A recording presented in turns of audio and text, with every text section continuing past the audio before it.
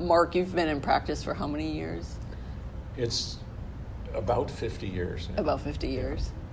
I mean, I started my own practice in 1976, and before that, I apprenticed as you did,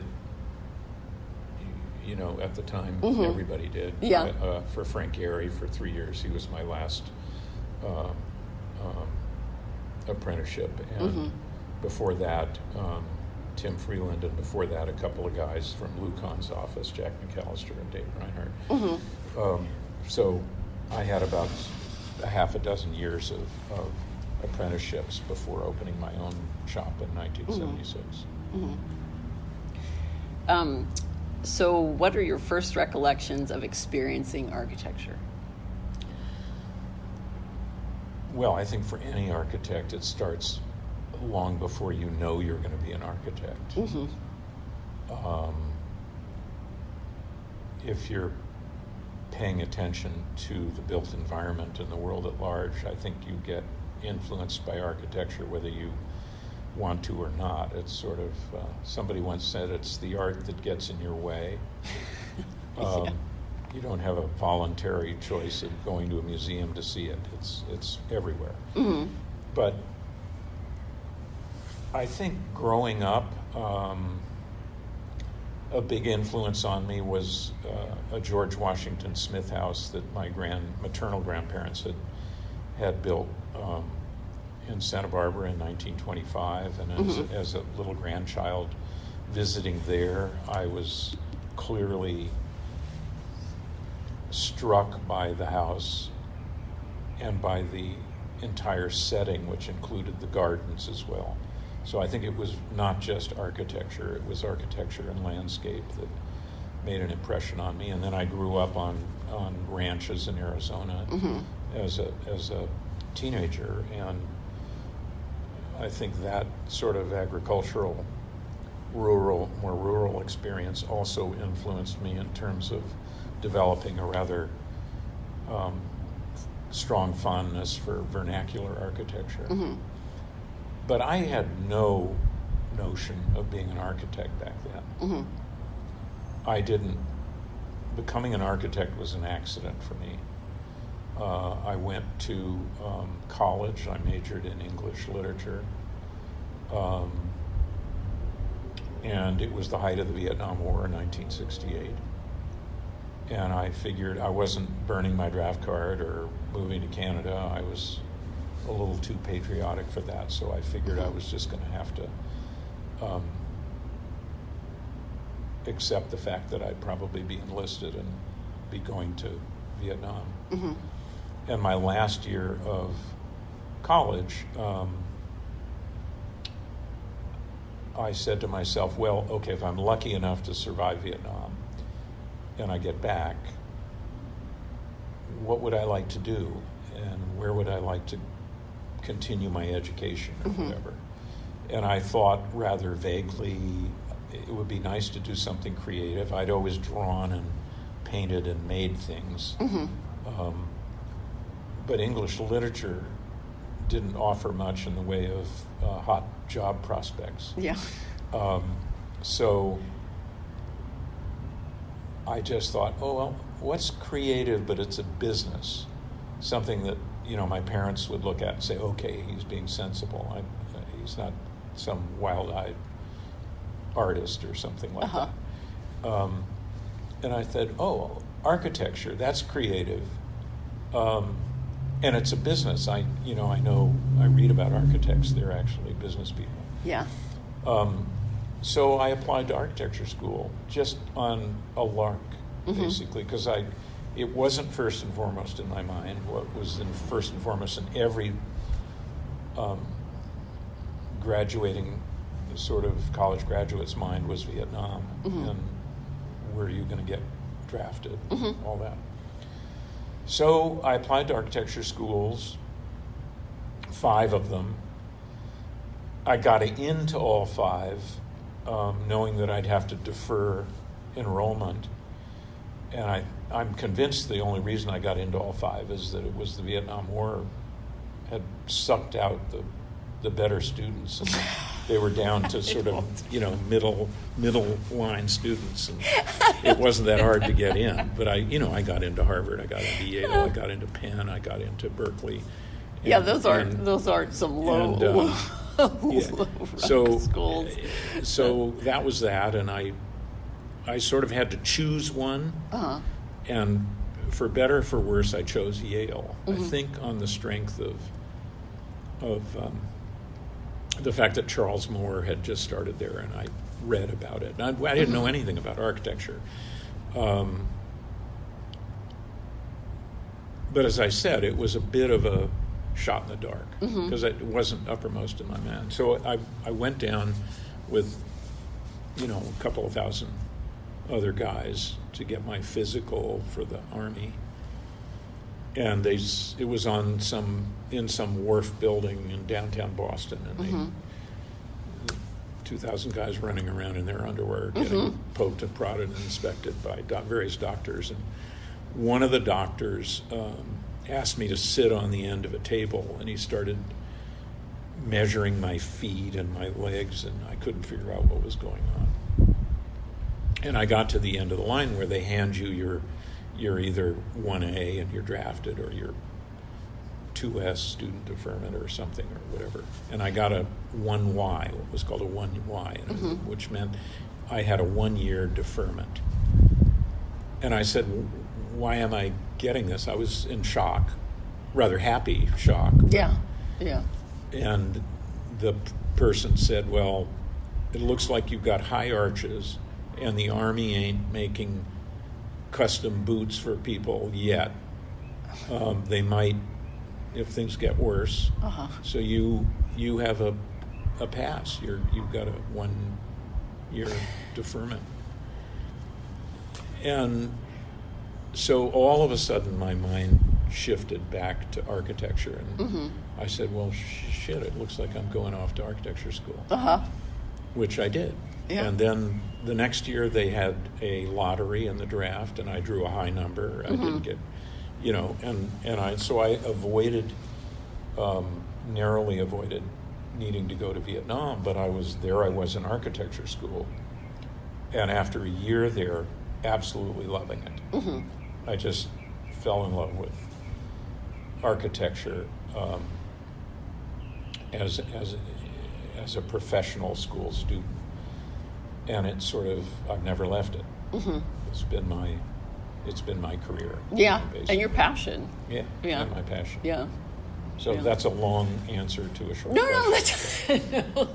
No, the interviews typically go about an hour sometimes. Okay. So yeah. So what are 3 classic buildings that you like, and why? Well, that's really a hard question for me to answer, because I think I like a lot of buildings, mainly because in architecture school, which was even under Charles Moore, was still a very contemporary focus on contemporary architecture, on trying to do work that was innovative and sort of creative in the modern vocabulary of architecture at the time in the 60s and 70s. Which was like brutalism? Well, brutalism was just, I sort of went to architecture school on the tail end of brutalism. Paul Rudolph designed the school, and that's considered, the A&A building at Yale is considered, brutalistic. Yeah. Charles Moore had a different focus, and kind of in an extraordinary way was radically different than I think the established practice of architecture was at the time. He was much more open to ideas and to maybe a little bit of postmodernism was sort of creeping into things. Yeah. But this was a time when the Venturis taught there. Yes. Jim Sterling. We had a lot of Philip Johnson. There were a lot of people in and out of the school. Lou Kahn. Yeah. And so there was a real variety of influences architecturally. But I had one young associate professor, Alan Greenberg, who wasn't much older than us at the time, maybe a generation older. And Alan was the first teacher I had who actually referenced history in a big way. He was the only one using the library, for example. I mean, most faculty at the time never sent you to the library to look at this or that or whatever. Alan was very knowledgeable about history and about the history of architecture and the history of sort of the architectural profession. So he had us spending a lot of time in the library. And I basically fell in love with the history of architecture. I mean, I look back and I think I could easily have switched from being a practicing architect to an architectural historian. Although being an architect, practicing architect all these years, I refer to most of them as architectural hysterians. Yeah, I don't think I could have been a good architectural historian. But like Vincent Scully taught a course at Yale that almost everybody took, not just architects, but it was famous as an undergraduate course, and you took it if you went to the architectural school. I'm sure most of us did. Very influential about American architecture, and just the way he talked about architecture was something that you just grabbed you sort of by the collar and pulled you in. It was extremely inspirational. So that was another thing that just added to my interest in architectural history. Writing about it? Or writing about it, or reading about it? Writing about it to a degree, but mainly reading about it and understanding it and learning about these hundreds of years of architecture that had happened and the great things that a lot of these architects did. And I think it rubbed off on me because I just developed a real appreciation for not just architectural history, but architecture that had survived through history. And when I went to Rome for the first time in my life, my wife wisely said, at the time, you go a week early, because I know there are all these buildings and churches that you want to see, and I don't care about them, nor do I want to be dragged around. And get it out of your system, and then I'll join you, right? And that's what I did. I went to Rome a week early, and I wore out a pair of tennis shoes, just looking at every Borromini and Guarini and Renaissance building that I could. And it just means so much more when you're actually experiencing. You know, when I looked at the plan of St. Peter's, right, it was like fallen nothing. In love with all right? these by plan and picture in and architectural the scale. books. I had no idea what the scale of St. Peter's was until I actually went to St. Peter's. I was like, it's this little plan in the book. I had no idea how big. So I developed a real passion through my reading about these buildings, but seeing them firsthand was even better. And getting back to your question, it's why for me it makes it so hard for me to say, well, what are the name 3 favorite buildings, because there are just simply too many that I think have influenced me.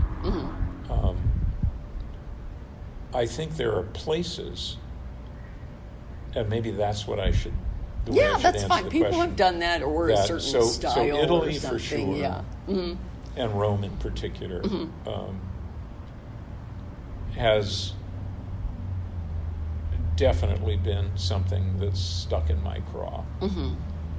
Not that I copy anything, sort of in any purposeful way there, but just as an influence and something that makes me feel that architecture has a powerful magic at a civic level. Rome does that to you. Yeah. Yeah. I've also, the first time I went to Greece and visited the Aegean Islands, I fell in love with the whitewashed architecture of the villages there, and the kind of vernacular beauty of it in the setting of those islands. That stuck with me a long time. And there are probably specific buildings as well that if I really thought about it and dug back in my travels, I could tell you were influential. The first time I went to Sir John Soane's house. Yes. Yeah. In Lincoln's Inn Field in London. Yeah. Yeah, I've been there. I thought it was absolutely just amazing to see the place an architect lived and worked, full of the stuff that he loved. Yeah. So I like strange things like that, but so do a lot of other architects. It's not. Well, I mean, it's hard. It's all right. It kind of. I mean, a lot of architects will say, well, it just kind of depends on what I'm working on at the time, or whether I think to try to limit it to 3, because I used to say what is 1, and then I said, okay, forget it. We can't just do 1. We'll do 3. But I mean, and then just give me some photos that you have of I will, other and it's ones not that I learned about Sir Edwin Lutyens and Gertrude Jekyll from Alan Greenberg, actually, long before anybody was talking about Lutyens. But his work has always been a wonderful point of inspiration for me.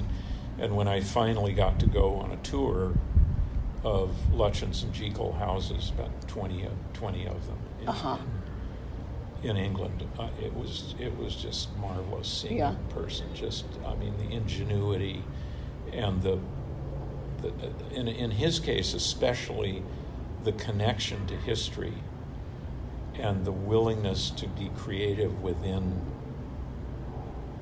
his appreciation of historical architecture was really, really eye-opening, I think. Also, I think what I was always fascinated with was the relationship between architecture and landscape. It's not something a lot of architects really, I think, understand or talk about. They make an effort to do the right thing and realize that architecture exists in a context. For me, it's almost always been as important as the architecture of the landscape, and you'll see that in a lot of my work. Oh yeah. Yeah, definitely. If you go to San Isidro Ranch Resort, it's the architecture is almost secondary to the landscape and the setting and the whole place. Yeah. And that's something I think I also we as a group learned about from Charles Moore and Ray Gindros and Kent Bloomer, who were his teaching assistants at the time, that being an architect and making a place that's accommodating, inspirational, and beautiful is something that's more than just, the architecture. Yeah, it's absolutely. It's creating a kind of environment and a context. And that's where landscape figures in a big way, I think. Whether it's urban or rural. No, I mean, definitely your buildings have always been placed in the landscape, where it's very natural, and it's not like something's been forced into the landscape. It's very one with the landscape, and and kind of those traditional, I think everybody has an appreciation for traditional architecture, no matter what style they might design in. They always have an appreciation for traditional architecture and kind of, the little house with the peaked roof and the symmetrical facade. But Michelle, I think it's hard because I think, I remember years, when you were working for us, I would occasionally go jury,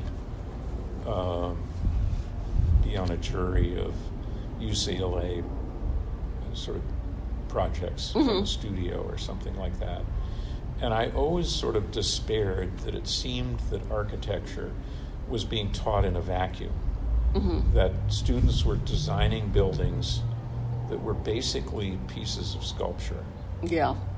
And I'm oversimplifying, but they were even presented on a plinth or base. There was no context. Okay, and there was no context. Okay. Yeah. And I think we've done a horrible job in our professional schools of trying to get away from the notion of architecture as sculpture. Because in practice it doesn't ever start there. Okay, as we all know, it's buffeted about by a host of forces and considerations, from bureaucracies to budget to program to clients, to fussy clients, and it's a miracle you come out the other side with something wonderful and beautiful.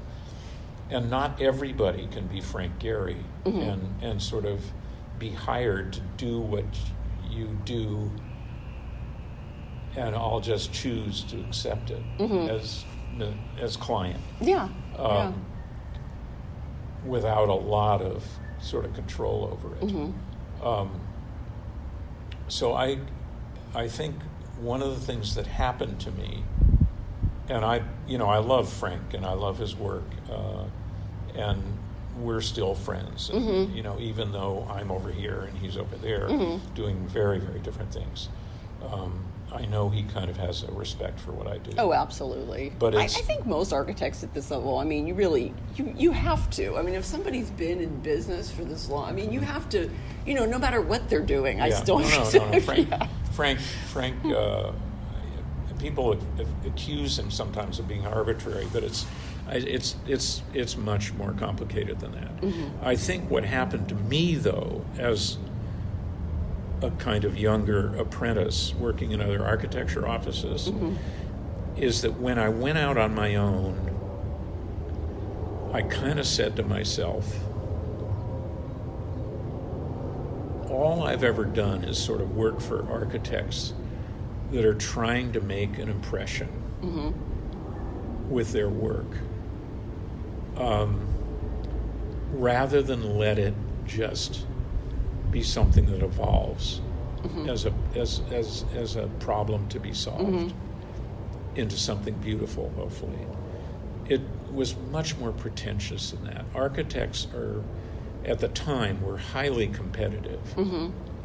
Even Frank and Charles Moore and all those guys Frank wasn't that successful then, but even the successful architects would be jealous and angry when somebody else got a job. They still are. But it's really stupid. Okay, that's my word. For it. It's focusing on the wrong thing, which is I want to be noticed and rich and famous and a successful architect because I'm creative and original. Doing something different. Original.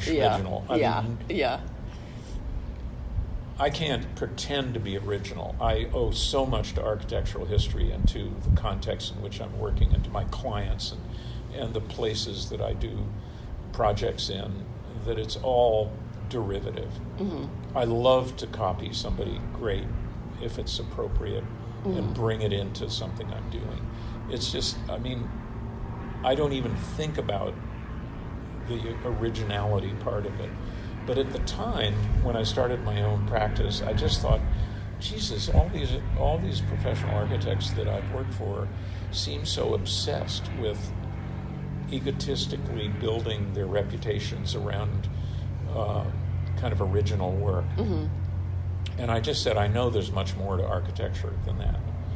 And that, again, got me back to history. My heroes, when I started practicing in Los Angeles, of all places, weren't cutting-edge architecture and architects. It was the architects from 100 years ago, people like George Washington Smith, Gordon Kaufman, Roland Coate, Paul Williams. I mean, these were architects working in the mainly the residential sphere, where I just said, Jesus, these guys are good. They can do anything. And just really beautiful details. They can do a Tudor house and be creative about it one day, and a kind of Mediterranean house another. And it wasn't that they weren't ultimately affected by modernism, but their vocabulary was so much richer. It wasn't this one-noted kind of language where everything was kind of clean and slick and put together, in a vocabulary that, oddly enough, the modern vocabulary is very simple. It works at trying to simplify our lives and the buildings that accommodate our lives, to the detriment, I think, ultimately of architecture, because I think what's happened with modernism is that it's crept into every corner of the world.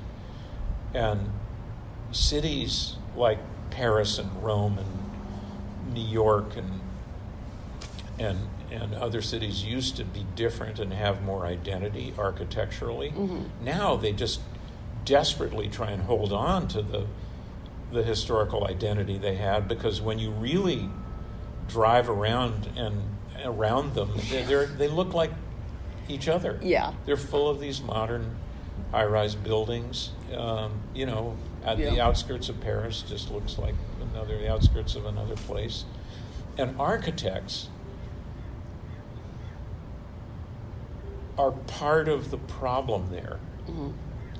If you look at, take a really reputable high-end architect like Richard Meyer.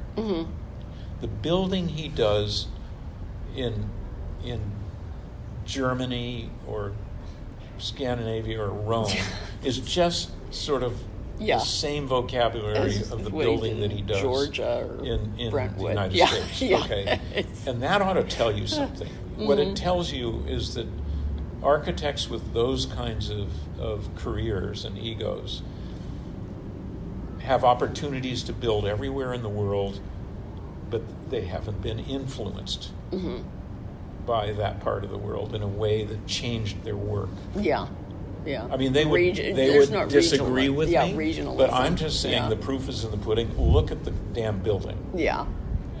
Don't give me some spiel about how you were affected by the neighborhood in Frankfurt or something like that. It's if it isn't seen in your building, I'm afraid you're just exercising your muscles and saying, look at me, and trying to be, Richard Meyer. It's personally for me, I never felt either comfortable or inspired by that model. And I mean, it's interesting. And it was the model then, and I think to a certain degree it still is. I mean, students now, they'll, Richard Myers may be replaced by a Zaha Hadid or some other architect, but it's still this idea of being innovative and original, and nobody's ever seen anything like this before. You're just not going to. My work is going to be absolutely boring by comparison, because I can't work that way. Well, I mean, it's true. I mean, I can remember in the second year I had an instructor, and we had a project, and it was supposed to be a duplex on the Venice Walk Street, the same one that Lewin lives on. Right. And I designed something, and I had like a strong concept of it, but the teacher was just like push. She wanted this whole De Stijl thing, and she's like, I think it should be, like, Mondrian, like the, and Mark, I just didn't feel it. And because of that, it turned into like one of the worst projects that I've ever done. She said it was the worst project that I'd ever done at the end, but I felt like so pushed, with it. Yeah. And it didn't feel, and it was literally one of the only projects that I actually like threw in the trash after I was done, which I like hold on to everything except for that one. I just literally threw it in the trash. I was like done with it, and she could tell that I was having a difficult time with it, but it was just, I said, I just don't think it's right for this site. I just don't think it's, it's the scale isn't right for it. She was sort of pushing you. She was pushing me into that, in a strong aesthetic direction, and it just wasn't working. Yeah. She was, and so, I can understand how, Well, I think, things have changed in the course of my career. I mean, when I started practicing in 1976, there were two other guys in town, Ted Grenzbach, and one other architect that I used to occasionally have lunch with, and who were actually doing traditional work and working on, new tradition, actually designing new houses that were part of a continuing tradition. Because everybody else was looking at my work, my contemporaries were, and basically saying, what the hell is Appleton doing? And the first award I ever won, an AIA award for Joe Giovannini was on the jury. And I remember his comment about my project was, this is retrogressive. Oh, This is not taking us into new territory. But which one was that? It was the Day House, and it was a major addition on John Byers' house, and it basically was a house that grew from and was influenced by the original John Byers, even though there was only 2,000 square feet of the Byers left to 5,000 square feet that I was adding.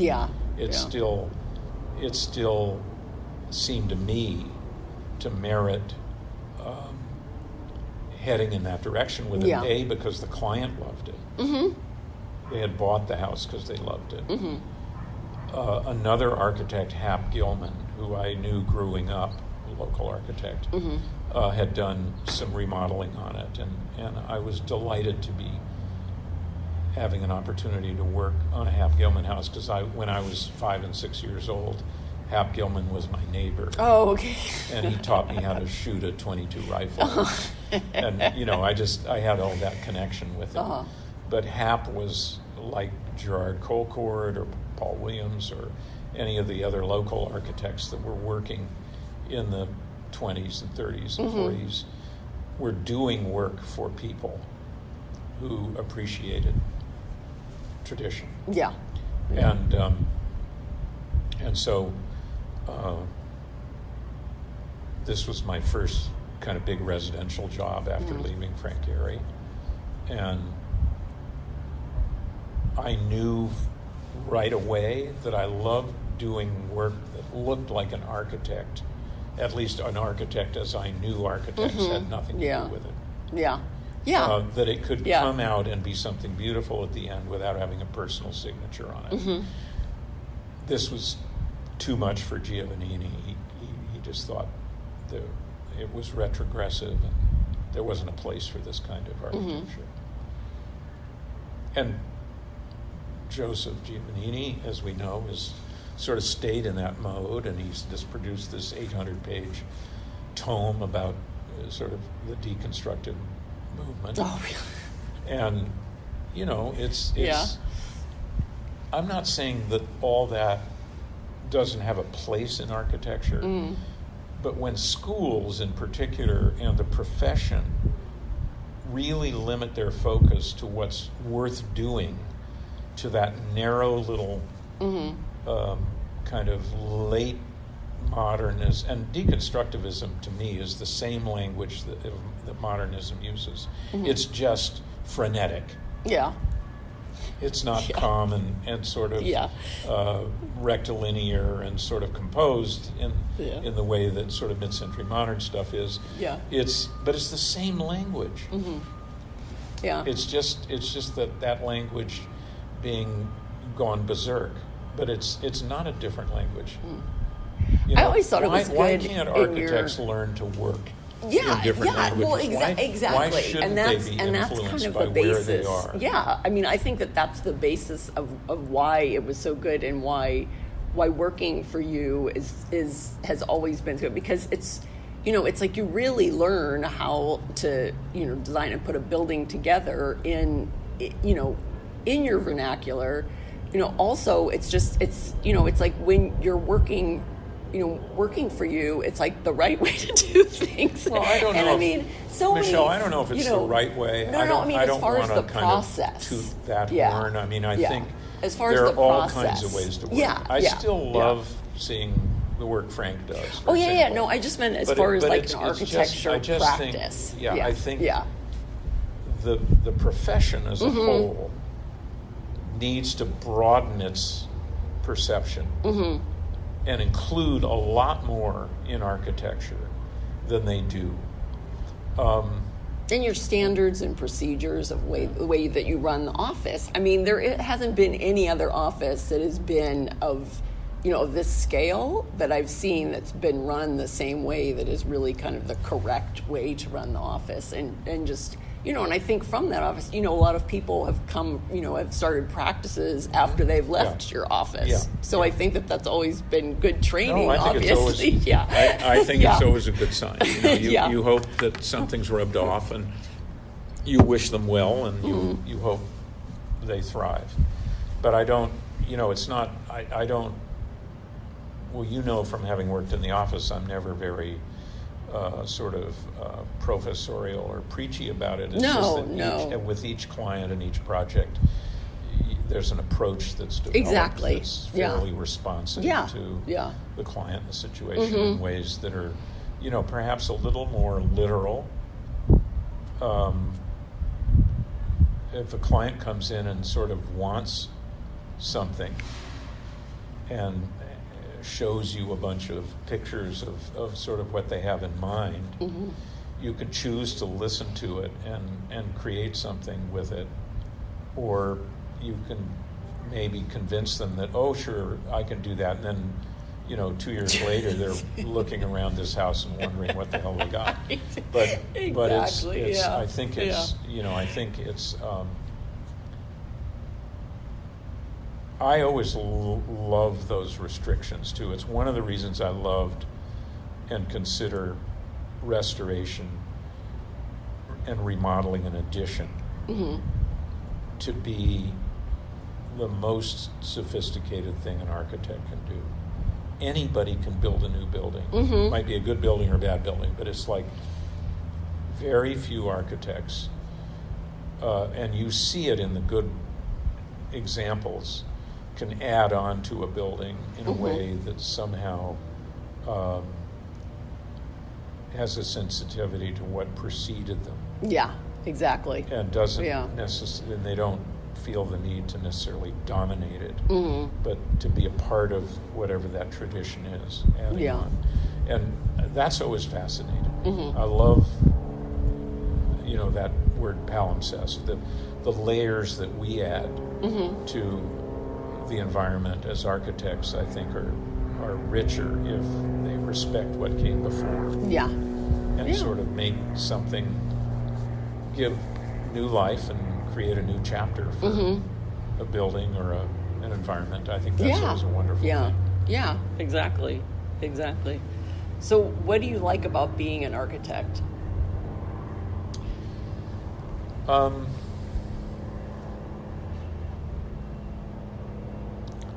It's nice to be making a bit of money after a while, because I think it's one of those professions you start out in and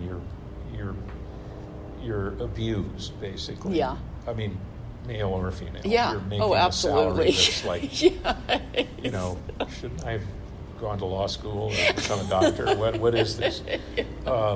And you work at a low level for a long time. I mean, I think you and me both and all of us struggle to kind of build a practice.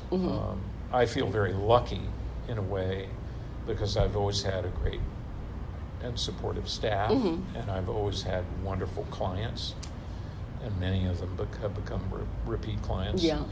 And I think what I love about architecture has less to do with architecture than people. Architecture is one of those careers where if you don't like people, you probably shouldn't be in architecture.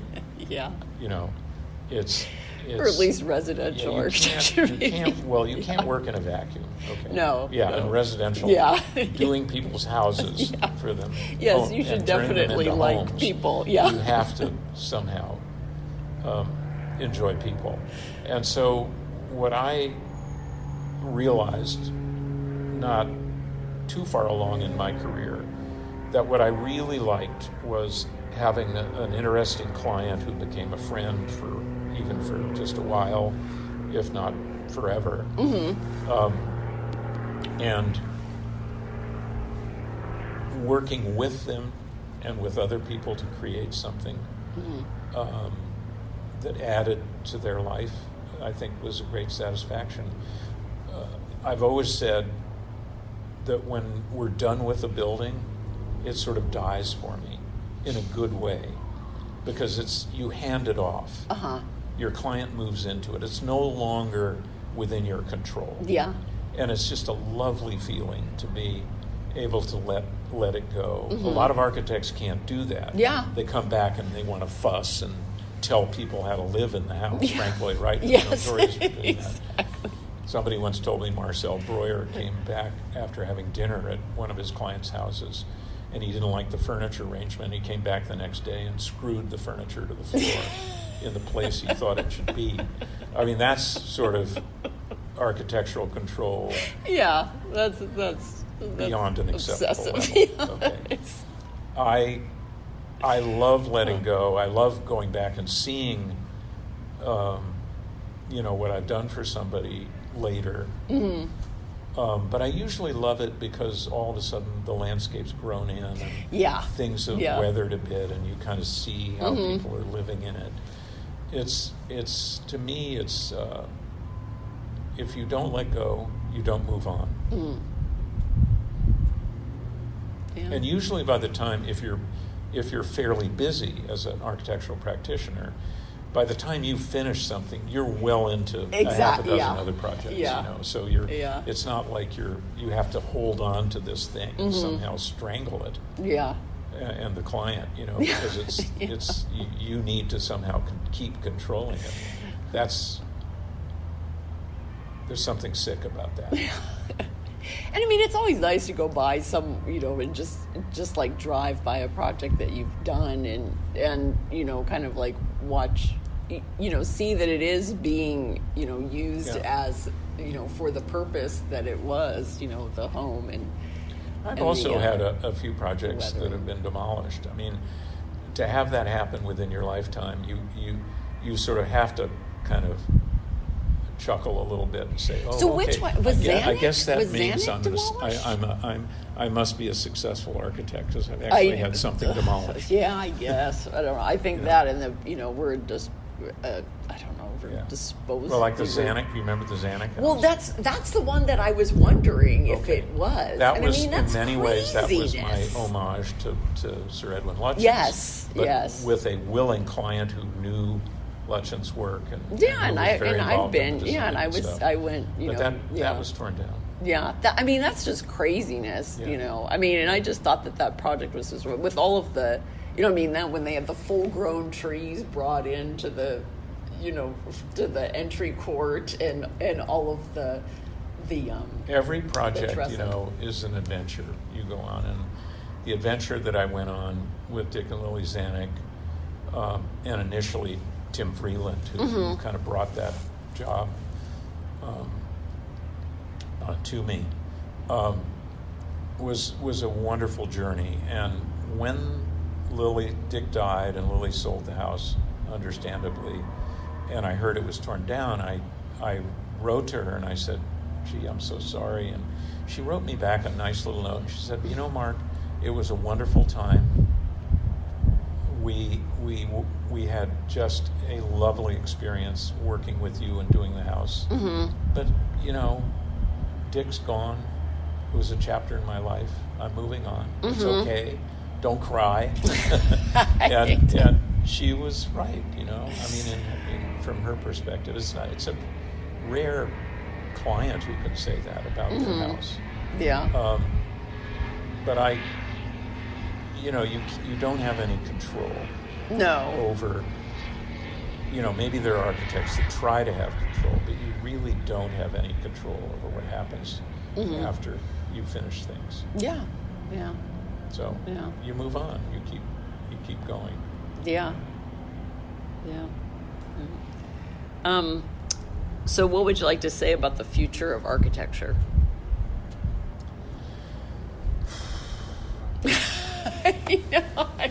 I wish I could sort of say positive things.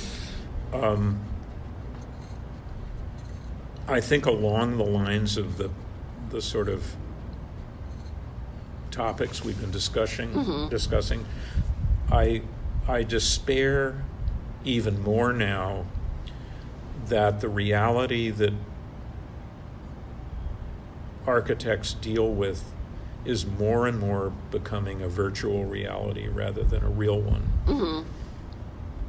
It's not the same visiting the Potsy Chapel online as it is in person. I feel like there's this incredible resource that we all depend on now that's part of our lives and reaches into our iPhones and our communication with others, and it provides access to the wealth of the world mm-hmm. architecturally and visually. But I feel that the experience is a very empty one at the virtual mm-hmm. level. Yeah. And even if you use as an analogy drawing on the computer compared to drawing by hand, and I'm not going to get on my pedestal about that. Oh, yeah, and I mean a lot of people, and I still hand draft, so I'm archaic. Yeah. I mean, I will have some people. But there's something when you get your hands dirty, when you walk around in a courtyard. There's something about that experience that stays with you, mm-hmm. versus just seeing images of it online. Yeah, or even measuring, right? People say, "Why don't you just use a laser to measure?" I said, "No, because I want to go over every inch of the building." You learn about a space or a building doing that. I guess one of the reasons I'm mentioning that is just at a broader level. Mm-hmm. I feel that architects are becoming not more connected with the world, but less connected mm-hmm. by virtue of this virtual reality, which is a wonderful tool and a wonderful resource, but you know what I mean. Yeah. It's not a substitute for travel or mm-hmm. for experience. Exactly. Yeah. I don't find young people now who sign up for an architectural career in offices have a real understanding of what architecture really is mm-hmm. outside of that virtual reality, and I think it's unfortunate. Now, how that translates to what about the future of architecture, I don't know. I mean, one of my professors years ago said that architects are involved in probably less than 5% of the built environment. And it's no wonder, 500 years ago, they worked for princes and kings in the Catholic Church and whatever. And mm-hmm. now they work for major corporations and, stuff like that, and people with money. Yeah. But I I don't think that situation has drastically changed. I think there are really conscientious architects who are a little more involved in community development and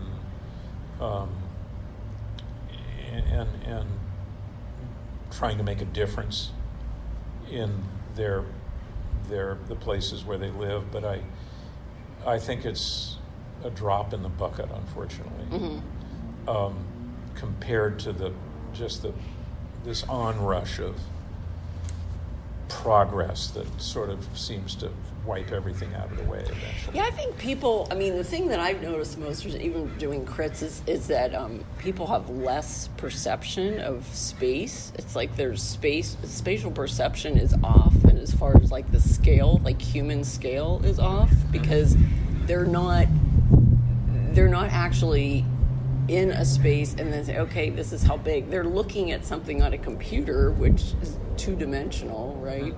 And then they're saying, oh, okay, that's right. Or they're looking at a plan, right? It's like that plan of St. Peter's. You look at it and it could be, there's no scale on it. You have no idea how big it is, But then you actually get to it. It's like, oh my gosh, it's enormous, I'd have to stop you right there and just give you a little anecdote about one of my trips to St. Peter's. Okay. And it has to do with scale and a real experience. I was standing in the one of the side loges of the church, looking into a side courtyard, and it started to rain. Really buckets of rain.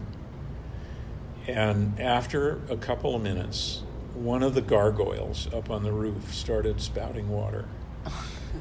And the water this was like a powerful waterfall coming down into this little side piazza courtyard. Yeah. And pounding, just the strength of just the water being dealt with coming off that building told you that this was a force to be reckoned with. God was at work here, because it just overwhelmed me. I was transfixed by it, and I just stood there watching it and then finally the rain let up, and it sort of, the gusher sort of slowed down, and the sun came out. But for that moment, it just was a very, very powerful image of scale. And if you climb up on the roof of St. Peter's and you look back towards the front, and there are these statues that across the upper roof in front of the church, and from down below, they sort of look human-sized. But when you are up on the roof and you actually walk up to them and you realize that they're 15 feet high, and, it's scale. Yeah. Those kinds of appreciations of scale, whether it's sound, the sound of water, or visual. Yeah. I think there's no substitute for that. No. You can't get that out of it. No, there isn't. And, so many people say, oh, well, can you do a fly-through? Will you do a 3D rendering? I said, even, and I'll tell people, I said, even if I do that, I said, even if I get somebody to render it, I said, you're not gonna experience it the same way as when we start construction and you're actually in the space. And a lot of people, depending, right, we as architects will say, oh, it's exactly as how we envisioned it, but a client might say, oh, I didn't realize that it was going to be exactly like this, and they'll appreciate that. But it's just, it's for us, like we do have that sense of scale and that spatial perception. And I think if you're a good architect, you always add something, even when you're working in a traditional mode. Yeah. I've never thought creativity was ever not part of the process, even of doing a traditional building.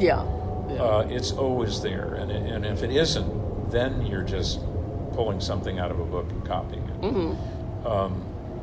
You have to work from scratch, but in my view and in my experience, you work from scratch influenced Yeah. by the history of architecture. Yeah. Yeah. And more particularly, the history of your region and Mm-hmm. where you live and Yeah. what has created the context in which you're Mm-hmm. working. Yeah. Yeah. Yeah. Yes, exactly. Okay, well, is there anything else that you wanted to say? Don't get me going. We might be at the end of this podcast I know. hour. I don't know, but we still have a little time? Yeah, of course. Okay. Yeah, yeah, of course. I mean, I don't know. I mean, I began to feel when I answered your question about looking forward at architecture and its future. I think there's definitely a place for it. There always has been. I think architects have to be careful not to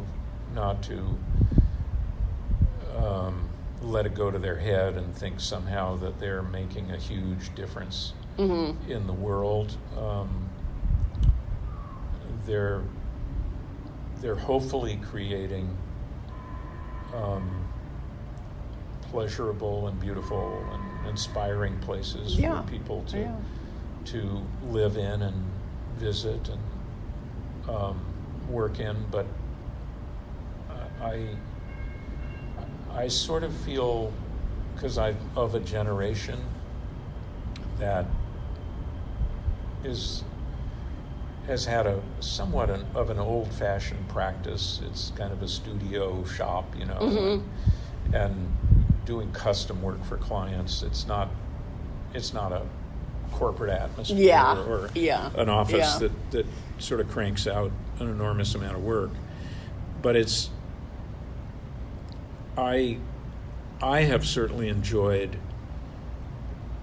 being hands-on Mm-hmm. with what I've been doing for so long, and I think that has been a great satisfaction to me. Mm-hmm. And I can never imagine really retiring, even though Yeah. I've sort of sold my office to my Mhm. junior partners and kind of, I'm quote, in semi-retirement. It's not that I'm going to stop working. Mhm. I enjoy it too much, Yeah. and we have enough clients who come back who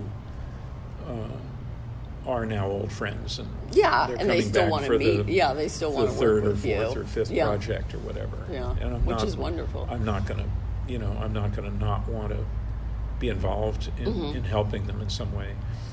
But at the same time, I'm looking forward to maybe working a little less and traveling a little bit more. Mhm. The viral pandemics allowing. But it's, and as you know, I enjoy writing and Yeah. doing yeah. books. And how many books have you written now? Well, I've written certainly probably 6 or 8, Mm-hmm. but I've publishing more Okay. that are other people's books, and I Okay. really enjoy that. Okay. really Okay. enjoy I didn't that. know that you were publishing other Oh, yeah, people's books. yeah. Okay. I have 2 in the car that I want you to sign, by the way. Okay. Yeah. But I do write. Ones that we I bought, still yeah. write, but I enjoy making books happen. Okay. The last and one of the recent ones is a book on Lotus Land, Okay. which is a garden in Yeah, Santa Barbara. yeah. And 4 of us formed the book committee that actually made that book happen. Mm-hmm. And it turned out pretty good, and I wrote a foreword to it. And so it's not something that I wrote, but it's Mm-hmm. I feel privileged to have been a part of it, and to have to a large extent with my cohorts on the committee made it happen Mm-hmm. when it might not otherwise have happened. So things like that take a lot of time, but they're ultimately, if they finally evolve and become part of the public, they're rewarding. Yeah. There's another book called Santa Barbara Architecture that was published in 1976, Uh-huh. and it's got photos in it by this photographer named Wayne McCall, and went through 3 reprints, and finally went out of print, and I didn't see it coming back on the shelves. And a few years ago,